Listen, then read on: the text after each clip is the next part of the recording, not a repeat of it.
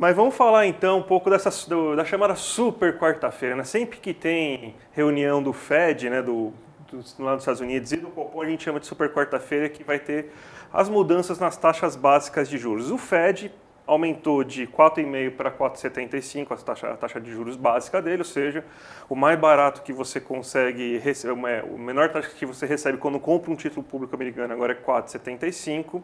Isso aí por causa que eles estão tentando controlar a inflação lá também. E aqui no Brasil, quando a gente pensa no Copom, né, que é o nosso caso, ele subiu para 13,75, ele se manteve em 13,75, já fazem 4 reuniões que eles não mudam, né, essa taxa básica de juros, então manteve assim.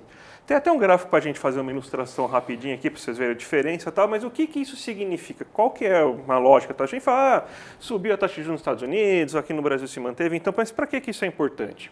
Porque quando você tem, então, o comunicado do Fed, ele fala assim, ó, a gente não está tão bem na economia, a gente está crescendo apenas de forma modesta, a gente precisa melhorar a nossa economia, então, mas a gente precisa controlar a inflação. Então, de qualquer maneira, mesmo a gente sabendo que isso é ruim, vamos subir a taxa de juros nos Estados Unidos porque a gente quer, a nossa prioridade é controlar a inflação. Então, isso daí vai mostrar para a gente que o cenário internacional vai ser difícil. Então, janeiro de 2023, já estamos falando agora, já estamos falando disso desde do final do ano passado já, né?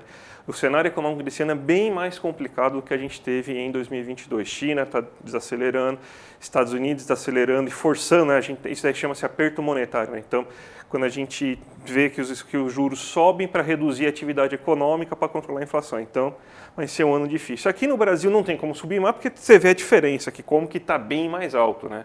Mas o Banco Central, mesmo assim, ele foi lá e falou, ó, não sei o que vai acontecer, se pode subir. Eu acho que foi meio que uma ameaça meio sem sentido, assim, para falar que até pode subir a taxa de juros, mas aqui a gente está muito alto. E ele já deu sinais que ele não está muito afim de baixar. Então, mais um fator complicador aqui para o começo do governo Lula, aqui para o cenário econômico. Então, esse que é o resumo. 2023 tem tudo para ser um ano difícil e os bancos centrais, não é o ICL, não é o André, não é o Eduardo, os bancos centrais do mundo estão falando que 2023 vai ser um pouco mais complicado do que a gente pode imaginar. Vamos falar do Copom agora? Manteve a taxa básica então, de juros, é justamente né, essa, né?